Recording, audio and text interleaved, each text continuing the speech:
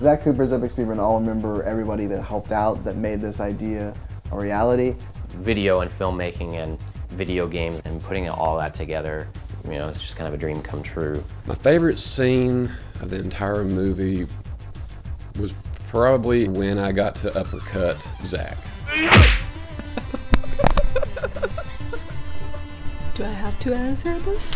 Just tell me what to say. Just speed me lines, come on. You can tell it's made with a lot of heart and a lot of passion. I just really hope that people get it and appreciate it, and I just hope they remember it.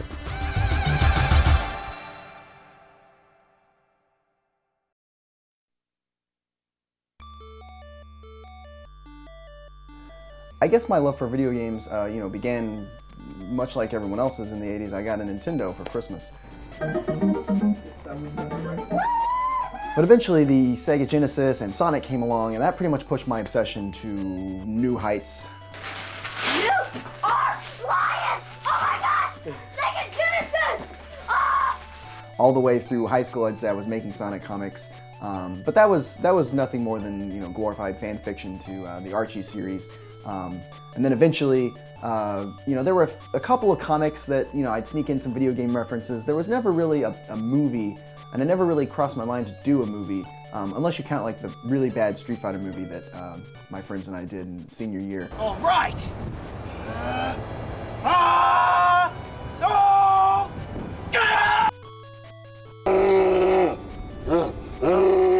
So my original film project that I was going to do for my practicum course was actually two girls fighting in a warehouse, which would have been a train wreck.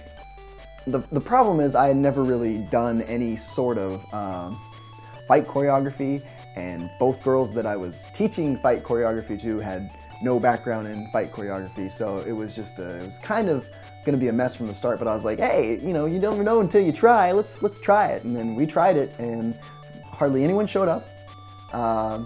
We had trouble booking the warehouse on certain days. And then one of the lead actresses, you know, just kind of injured herself and then didn't come to work the next day. Once I realized that that movie was pretty much dead, I was like, okay, there was way too many complications. So I decided, you know, maybe there needs to be a more basic plan or movie in the form of Plan Z. So Plan Z is, you know, more or less Zach Cooper. I used to run a video game event at Half Price Books. The director of the film, Matt Gaither, or Matthew Martin Gaither, or Matthew Martin, was a regular at this event. Usually I'd only show up for games that I knew that I had a chance at winning. The first one being Sonic 2, and I just, you know, I blew the competition away. Because I'm a Sonic guy, what can I say? And, you know, one of the other ones was Star Fox 64. I roll in there, and somebody named Aaron's got a decent amount of ships killed, and the night before I had done a little bit better than that. So I'm like, okay, you know, it's not going to be as easy, but I think I got it. I see this guy come in with a graphic tee of an N64 controller, spiky anime-style hair, and I'm just like, oh god, yeah, definite video gamer. Here he comes. I hope he doesn't know what he's doing. Good luck. Snuck around a shelf, and I was peeking out from behind the shelf to see how he was doing, and he was doing pretty darn good, and I was like, oh crap, oh crap, oh crap. And then he gets to the point where he actually saved Falco, went through all the arches, and he makes it under the waterfall in the secret area. And I'm like, great, I'm done for. But I'm sitting there watching, nervous and like, you know, shaking. He ends up like 5 points under me. No, it was like two. It was like 2 bogeys. I was like shy 2 bogeys, okay? And so I barely won. And that's when I came up, and I was like, oh my god. And so that's when I met Matt Gaither and Craig. Was through Retro Video Game Day tournaments and barely beating him. So the first time I met the director, I barely, you know, beat him at Star Fox 64.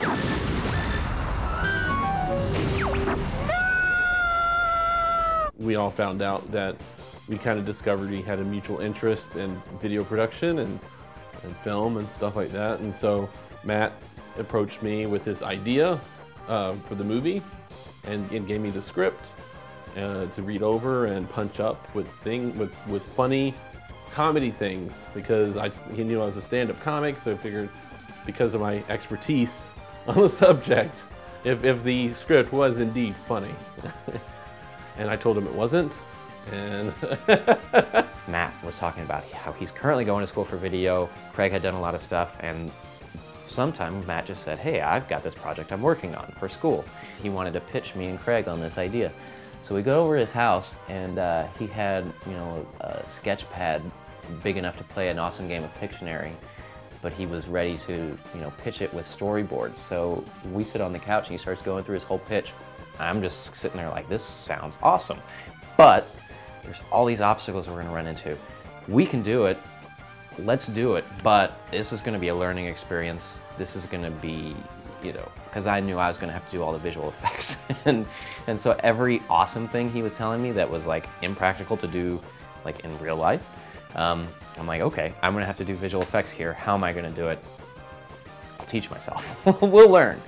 It's just so crazy that, like, you know, I'd spoken with these guys once a month for, like, you know, the last year or so, and now we're in the trenches making a movie, and, you know, they're just like delivering left and right, delivering in spades, and it's just crazy that, you know, it just happened that way. Like throughout the movie when we were making it, I would come up with an idea, or he would come up with an idea to add into it, either while we were shooting it or in post with sound effects and all that stuff. So the original goal was to make this movie a 10 to 15 minute short, and the plot was always, you know, going to be basic and simple, kind of like a homage to a 16-bit, 8-bit platformer, where, you know, you've got this mission, you've got to save something, head right, go save it, boom, you're done.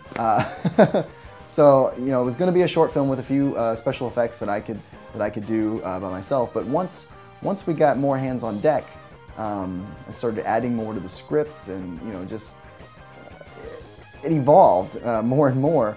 I was worried of all the visual effects, and then getting a team of actors, because through past experiences, actors working for free on weekends either fall out halfway through filming, or you could just never get schedules set up, or when you finally do, weather kicks your butt and it rains.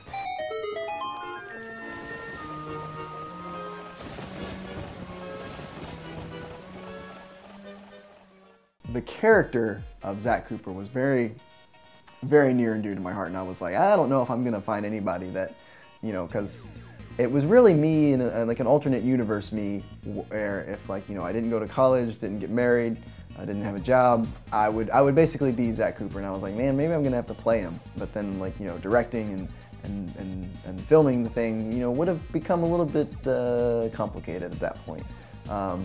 So I was like, man, I've got to find somebody, and I think, you know, I made the right choice with Mike. He really delivered. I found out about the project. Actually, I was at work and I got an email. I checked my phone and said I had a thing from Facebook, and I had actually been in class with Matt, the director. We were in a screenplay class, and it was a rougher draft, kind of, is what inspired him to go here, and I had read for that. We had a screenwriting class, and I was like, well, hey, I'm gonna go ahead and write the pilot episode for Video Village. And in the pilot, it actually has 3 characters that work at the store, and their Pikachu 64 has been stolen out of the glass display case, and they want to get it back. So if that sounds a little bit familiar, yes, it should, because that's basically the groundwork to Zach Cooper's Epic Speedrun. I guess he needed someone neurotic, and he remembered me, and we got along well, so. Before I knew it, he was in my basement. Well, not my basement, but, you know, the room that would be a basement in Zach Cooper, and, you know, just reading the lines and, you know, getting to know the character. Basically, we had sat, and the first day we were reading the script and we were talking, and I was like, you know, I don't know a lot of the video game terminology. I mean, I barely knew what a Pikachu 64. I didn't even know that they made a Pikachu 64. Okay, I have an Alf doll, and I've treasured, and that's what I tried to relate. I've treasured that since I've had it since I was 5. So about this young man and his Pikachu 64, and he couldn't get over it. And the only thing I can relate to is like, well, I took my Alf doll everywhere I went, and I still have it to this day, and I dress him up in outfits, but that's another story. I missed you, little guy. So Mike is like a super friendly guy who wants to give it his all. He was always asking for, like, you know, what can I do better? What can I bring to the table? You know, am I giving you the performance that you like? Mike was very professional. He had the essence of Zach Cooper. I mean, he was Zach Cooper. I couldn't see anyone else playing that role. Mike did a great job. I was very impressed with how he did with his, you know, just facial expressions and how he could deliver a lot of these funny lines so perfectly. And He was pretty bad. You know, I had to tell him his lines most of the time. He forgot everything. I mean, basically, I probably should have just played Zach Cooper and Travis. It probably would have been a better movie. Huh? But no, actually, Mike was awesome. I worked with Mike for the majority of the movie. You know, it was always good to have really good chemistry with the person that you're working with the most, and I feel like we definitely had pretty good chemistry, even though I had never even met Mike until we started filming. I think that's right. I don't know, I could be making that up completely. Mike was, you know, like I said, super friendly, super receptive, always great at acting and being into his role and pumped and delivering his lines great. I just always dreaded, but also was entertained by his stunt sequences. I'm naturally klutzy, so the leaf blowing, just the dream sequence, I could not get my jacket to blow, and I couldn't step at the same time, or I couldn't jump over someone and onto an air mattress or skateboard, or I couldn't run. I came out of my shoe at one point.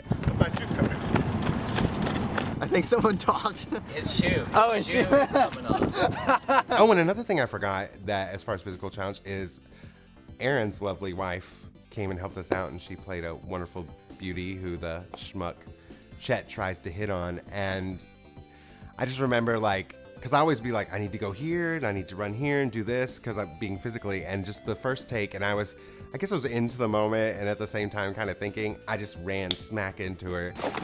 Sorry. The only thing I could think of was like, that's his wife and she's so sweet and she came out and helped. But we had a good laugh. I mean, she got hit on my chet. I think what I did was far more innocent. Well, okay then. With Brian, I'd worked with him a little bit. He's asked me to be in a couple others. Short films early in the day. I actually got my head blown off in one of his short films. So after he saw that and saw how good I was at getting my head blown off, he was like, you know what, that guy will probably be pretty good in my movie. So he asked me and I said, yes, of course. Working with Brian was actually, it was like going to Saturday Night Live every day. He just would come in and just say these random things. He kept trying to try things out. He was probably the closest thing to the diva on the set though, just because when he had an idea, he wanted to use it. There were a few different iterations of Brian's character of Travis when we were first coming up with it. And I think when we finally started filming, somehow it evolved into he's kind of dumb, but really gung-ho. It was kind of funny because I think Matt wanted me to originally be Travis in the first place because of my affinity to be kind of a jerk and kind of sarcastic in the first place. Originally, I had written Travis as kind of like the sarcastic, witty best friend that is very cynical, snarky, and just like really kind of puts Zach and everybody in their place. But as we just kind of started acting, and it just, I don't know, it just felt more natural to be kind of this goofball. It was very interesting, for him to basically just make the character, improvise the character, or just come up with quirks and ideas about him on the spot that really helped build it. And it was nice that he had that vision in his head, because then he basically is this unified, consistent character throughout, and is unique to him and unique to the story. The dragon sweatshirt that he wore, he just felt like his character would wear that. I didn't know that the swishy pants was his idea. It wasn't like we had a wardrobe stylist, but I guess it kind of worked. And then with anything, whether it be dialogue or whatever, he just like, this is my character, this is who I'm gonna be. And I'm not exactly sure if it was my idea. I think it was. I don't know. I'm gonna take credit for it though. Wearing the Solid Snake t-shirt, pointing to, my Solid Snake. So yeah, I just thought I'd just add a little extra comedic value to just Travis's character. So even if he wasn't saying anything, you can just look at him and be like, that guy's kind of goofy and weird just by, you know, just actually looking at him. Brian was really good with improvising and just physical comedy. Like some of the stuff he did, just throwing himself around the way he did was just like really committed. I was really impressed with how committed he would be to some of the physical jokes, like the physical gags. So yeah, I was obviously the only actor to not have a stunt double, and I think that stems from the fact that I was obviously the most physically fit. Talking to you, Jeremy. So yeah, but doing all the physical acting was pretty fun. It was probably one of my more favorite parts of doing it, even though I did bruise my side really bad jumping onto the air mattress that one time. And that kind of hurt, it kind of knocked the wind out of me. But yeah, all the physical comedy and action scenes were really fun to do. So yeah, I hope to look forward to doing more in the sequel, Travis Belmont's Epic Speedrun. After those first few days, we kind of knew, like, okay, a lot of the decisions he's making on his character, you know, are great. You know, and we usually don't have to question it until he wants to, you know, bring his zoologist background into it, and when he's trying to distract the dog, and he pulls out his squeaky alligator, and he says, I've got a herp here. You like herps? I got a herp.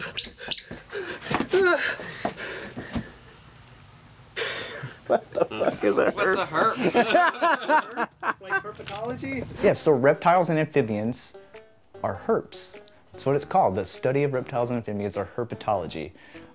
So when I said that gag, that was obviously just a random ad-lib thing that I said, and no one understood what it meant. They're like, oh, what's herp? Is it some disease? Obviously, I was like, no, it's not. I'm not talking about the STD. I had a crocodile in my hand and was giving the dog a herp. And no one got it. But I'm glad they kept it in the movie, because I got it, and I thought it was funny. And that's all that matters. That's what Travis Belmont thinks. Are you insane? I only reminded you like 74 times. I think a lot of the comedy from just the movie in general kind of came from Zach and Travis's kind of interactions of just Travis constantly getting on his nerve and constantly being a source of antagonism, I guess, for Zach. So I thought that kind of really added a lot of comedy to the movie itself. And if he were to be just kind of the smart aleck guy, I think that would have taken away from maybe Zach's power a little bit, because then Travis might have been a little bit in control.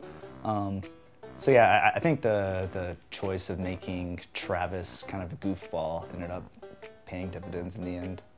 But in giving all that stupidity to Travis, we ended up having to tweak Chi's character a bit, which was going to be a little bit more naive, a little bit more like a Zach fangirl, almost an Amy Rose, so to speak. So then a lot of Travis's like negativity got transferred into Chi. My character just hated everybody in the film, so I just kind of put myself in a hating mood. Try it, I'll rip your arm off. Yeah. Chi, she was in my acting for the camera class, and as I mentioned, she was in the movie that, you know, was supposed to be in the warehouse with all the fighting and the girls and the swords and stuff. And yeah, so, and then of course nothing happened. So I didn't think that she would really want to, you know, be in another movie that, you know, went nowhere. When I was back in China for the summer, he emailed me and asked me if I wanted to be in the film. Look, I got another idea. It can be done. You know, there's not a whole lot of action that you need to do. You really just need to sit on a couch for the most part and flirt. So, you know, are you in? You no way! I couldn't say anything but yes. Sure, whatever. Great, so we're all good. Most of the times I didn't understand the jokes that the other guys made. Part of it is because English is not my first language. Obviously, English isn't her first language, and it was always funny to see the way she would pronounce certain things. Why can't you just choose some power weapon or... I mean, she totally understands, you know, English perfectly fine for the most part, unless we use crazy slang. But it was interesting because I'm like, she's gonna play a character, or one of our main characters, and then we have this English barrier thing going on for delivering lines or pronouncing certain words. As far as the language, I don't think it caused any problems. I think sometimes, I don't remember, there were certain scenes that she's, I can't say this because my family might see this, and so I don't know if that caused a problem. Everyone was really good at working out, and then she'd have to get jokes explained to her a lot because she's like, what? I don't. That is what I said. What does mother do? She's a nursery. She made like nursery. She rhymes, wrote a bunch like, of for nursery kids. rhymes, like a bunch of little kids nursery Humpty rhymes. Dumpty sat on the wall. She wrote Little Miss Muffet, Santa the Tuffet. Yeah, I asked you. Yeah, I told you this. To me, it was amusing. I would always be behind the camera just laughing. And it was endearing, and she came, and she had a good spirit, and she'd be like, no, Matt, no. Most of the humors were about video games.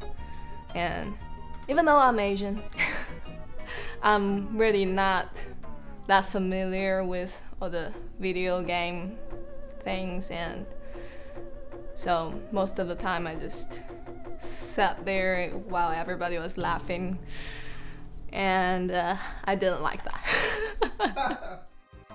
She was a sweetheart. I just wanted to hear her say something. I don't care if it was banana. I just loved hearing her talk. She was pretty fun to work with, mostly because I think she thought everything that I said as an actor was really me saying it.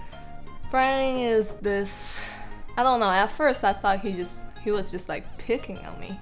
Like she didn't, I don't know if she quite understood that the things that Travis was saying was not things that Brian was saying. So it's kind of fun to kind of, I don't know, poke fun with her, I guess, a little bit. But it was all fun. I didn't really mean any of it. It was Travis speaking. Now why don't you go make me some rice?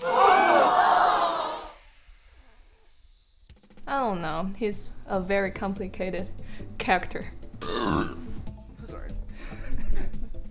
Also, it was good to talk to her offset because she would talk about like language barriers and the cultural differences, and it was really hard to explain things to her sometimes because she didn't know a word, but that might be the age gap too, I don't know. I'm 18! Well, why don't you say so? Come on in. Acting with Jeremy was awkward, very awkward. I know she was kind of taken aback when she first met me because first scene I was in her face, then I had my shirt off, then I was peck dancing. No, no one in China does the peck dance. And I'm not used to seeing guys doing that, so especially a guy that I haven't met before. You know, first time meeting, that was probably a very awkward thing, but I've been in worse stuff, so I wasn't fazed by it. She was a trooper, and she was always willing to help out, and you know, she's always alert, ready to go that extra mile.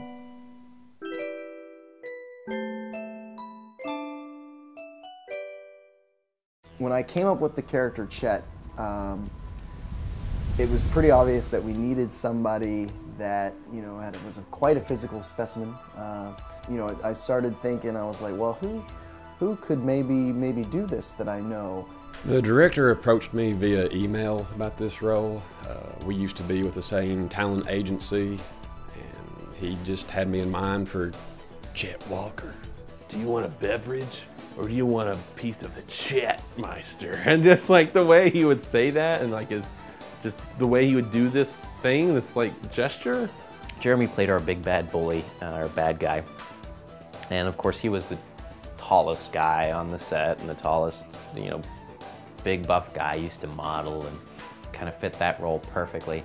He was probably the most intimidating one for me just because of his stature, and I will say when I'm in the scenes that I had with him, they were easy just because I was so scared. And also anybody that would wear a green banana hammock has a picture of them. I mean, just being all muscular and doing the peck dance, and if you wanted someone to chase you, you definitely wanted Jeremy to chase you because it was believable. Cooper! He was just a joy to deal with the whole time, whether it was him knowing his lines, him knowing his character, him delivering his lines, him like the energy of him yelling and the physical stuff and the fights and the stunts and just everything. He just put everything into it and nailed it. you know, time after time after time? Well, there was an accident on set. There was bloodshed. Mike, Zach Cooper, got a little carried away when I had a box on my head and shoved me and actually busted my nose inside the box. So I had to call cut because no one else could see the blood. Mike gives him a big shove, and I guess his hand must have actually smashed Jeremy right in the nose. Like, you know, the cardboard box and the force of Mike's hand just goes right into Jeremy's nose. And all of a sudden we hear a timeout, timeout, blood on the set, there's blood on the set. it's Jeremy saying all this from a box in the guest room. And we're like, oh crap. He had his hand on his nose, and I just remember shaking, because I mean, he's this big tall guy, and here's little me with this Poindexter point, and usually he's like, nah, I've had words, it's fine, and he just put some cotton tissue up there, and So what happened there? Huh? What happened with the injury? Well, you know, when he pushes me back, I hit the door and I went forward when his hand came forward. So basically there was nose against cardboard against hand. Whoa, And there's a scale. Oh, tough day. Last shot. Yeah. I feel awful. I feel like I need to buy you a present now. I thought you were about to say a pretzel. I feel like I need to buy you a pretzel. pretzels. The only thing that can fix man, this I'm an amateur situation. stunt man, don't worry about it. That's how good we all got along together. Like, you can break people's noses and nobody cares. So to play the character of Craig, it took a lot of time for me to figure out, who is this Craig? Like, where is he coming from? I played him as a man of mystery. Who is this guy that mows lawns and he's in his 30s, you know, and he still mows lawns for people? My character is to this movie what the Bothan spies are to the Star Wars movies, in that they stole the plans for the Death Star, and so without them, all that would never have happened. And like, I discovered Pikachu 64 was at Chet's house, so without all that, Zach would never have his plan. Chet would still be alive and well. A lot of times when we were you know, filming Zach Cooper's Epic Speedrun, it felt like a speedrun because we were constantly against time. Like, you know, we got to get this before this happens. This person leaves. We only have this person for, you know, 2 hours. So, you know, we have to do all this like quick. Just started off with the running scene and just went take after take after take. I felt like I was gonna throw up. And then that was probably the only time I was like, I don't know if I'm right for this. He might need to get someone else, but it was just, from there on, it was really easy. I feel like we did a lot of clever things, like, you know, the Nintendo 64 being, the controller being used as a grappling hook. I just saw it like in the corner of my reflection. The zappers being used as a weapon, and the gun blade, which again, that was my contribution. Obviously, this isn't a very high budget film. All I had to work with was a boom mic on a boom pole. You know, some of the stuff I would have loved to have, you know, wireless mics and stuff. So there were a couple scenes that were challenging, trying to get good audio just with the boom mic. And all right, good. One thing is you can see just the boom mic shadows moving because the boom was moving. could you get Bigger? Maybe go on this side. Well, but he's saying the line in that direction. Oh yeah. Maybe I can raise up and he can go low. Can you go lower with it? That's right over her face. Oh, gross. Gross. And of course, we're shooting in a suburban area, and it seems like all the time there's lawnmowers or cars or people just doing general stuff outside. Yeah, motorcycle, I was gonna say it's loud. Well, let's just take a break.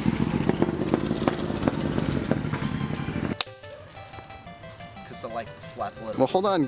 Hold on. Wait for her to go. back. Wait for the strangler. Here comes another car. You kidding me? And another car. All right, maybe we should stop. During the actual production, I was MIA through most of it, he was stuck in retail and he had to work a lot of Saturdays and Sundays. So thankfully, he was able to show up, and you know, usually around the time that he showed up, we were ready for lunch. Craig was really nice. Craig was funny. He's great at delivering food. Well, I was also stunt legs and stunt hands for Chet, so that was something else I got to do from the movie. There were plenty of times that he did get to do this late, and just like, you know, be an extra eye on the set. I just basically ended up being a gopher, which is fine. I wanted to help. My primary role was mostly assistant director, where I was just behind the camera because Matt, our director, was usually always holding the cameras. He was also the not only the director, but the director of photography. And so, you know, he was always with his eye in the viewfinder or looking at the screen, you know, holding on both hands, focused on what's on that screen. And I was usually always behind, watching the actors, watching, you know, how they're interacting with the set, props, other things like that, to give them extra direction that Matt wasn't able to because he wasn't able to notice certain things that were happening.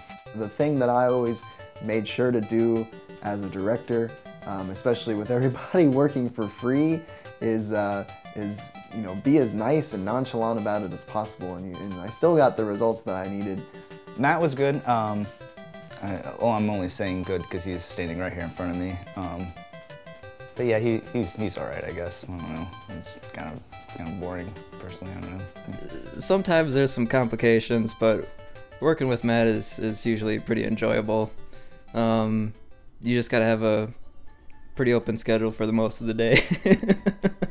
Once we finally wrapped up principal photography, I treated them to Applebee's, which was, you know, we were probably up till 1 o'clock filming a lot of the basement stuff, and we're like, what place is still open? Because Matt promised us dinner, and none of us have eaten yet.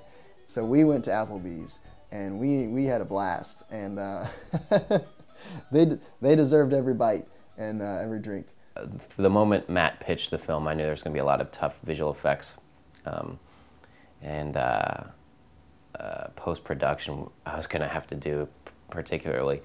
You got a balloon out of the deal, and ice cream, I understand, for you getting blown up today. I think that's a pretty fair trade.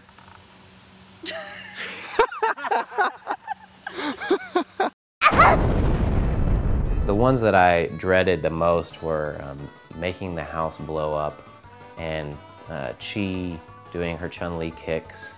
If you saw what we actually had to work with, we just like, here Chi, lay down on this mattress and cover yourself up with the green blanket because you're wearing some short shorts and this might be kind of strange and awkward if you don't cover yourself up there. And anyone that happened to walk by and see these guys with this poor girl like on this mattress just flailing her legs left and right would be like, what in the world is going on? But it was funny when we were watching one of the rough cuts of the film, and we were still critiquing it, figuring out how we're going to edit and tighten things up and change things around, and what we needed to add or what we needed to get rid of. You know, one of the things like Rance, you know, we liked staying in contact with him. One of his critiques was quite crucial to to the film.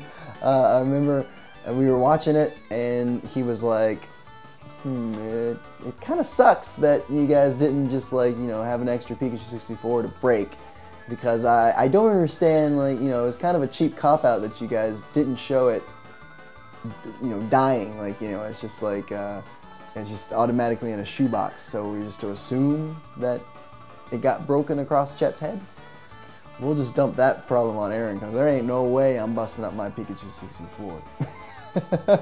So I knew, I was like, okay, this is all visual effects. I'm gonna have to make it broken in post-production.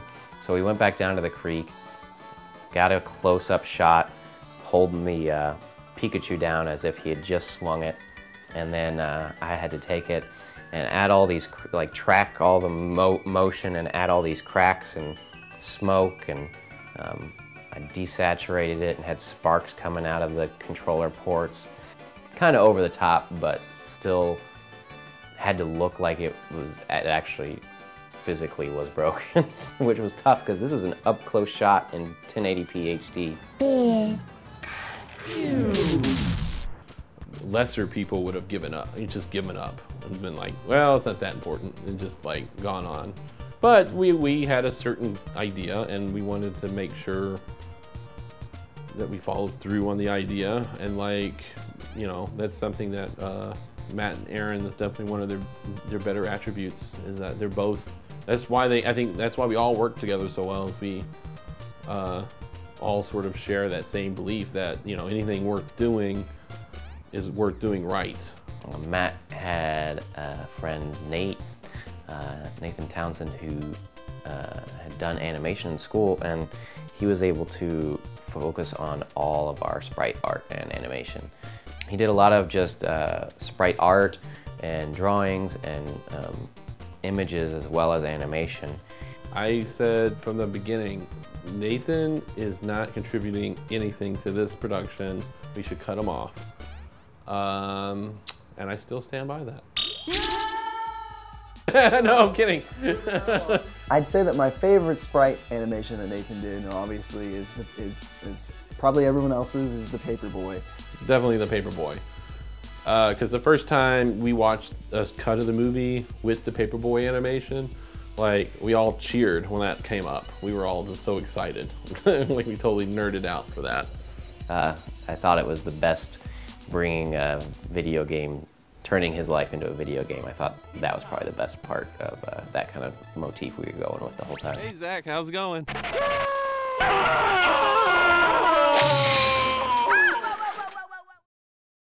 Now, after the movie's done and we're putting it out, one thing that we've all, I think, started to learn is that it's the easy part of making a movie is the actual part where you make the movie.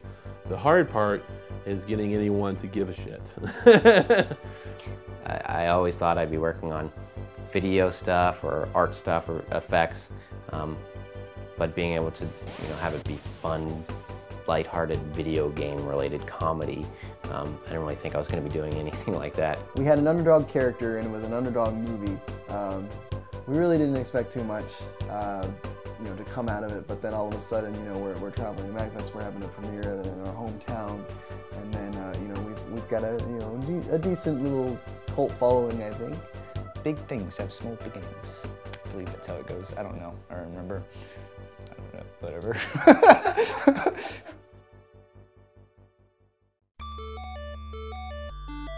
A year and a half ago, we didn't know each other. We know each other very well.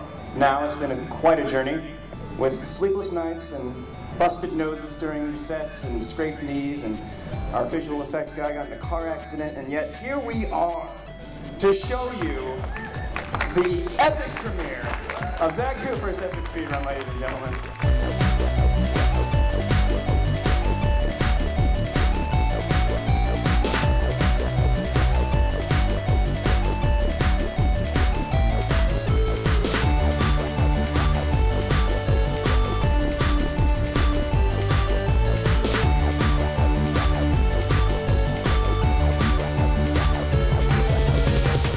When I look back on this movie, the biggest memory I will have will be the zoom in of my chest jumping up and down.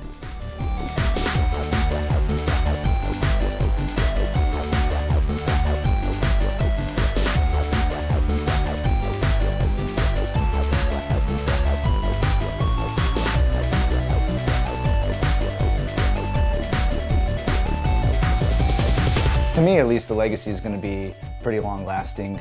Definitely one of the biggest productions, or the biggest. It is the biggest production that I've ever really been a part of. So I'll definitely always hold that pretty close to my heart.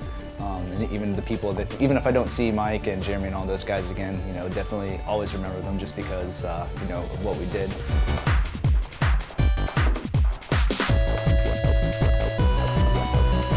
The humor's there, like Alan, the photographer, or, you know, someone with a grappling hook. That's obviously a controller, someone pulling these random things out, a dog attacking a guy's crotch. I mean, who doesn't love that? It was fun, and it's a fun film, and if you're having fun, the audience will have fun.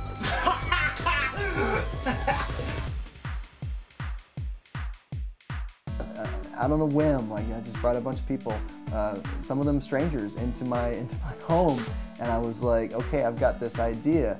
There's this guy, and he wants to get a Pikachu 64 back. Here's some storyboards. Here's the script. What do you think? You know, they liked it. They wanted to help. They wanted to be a part of something.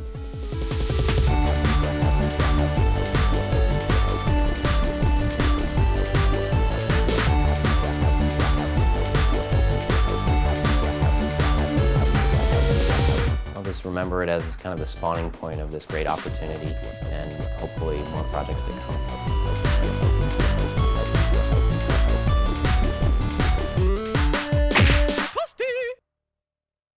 Don't miss the sequel, Travis Belmont's Epic Speedrun, coming to theaters and sometime whenever Matt has time to do it.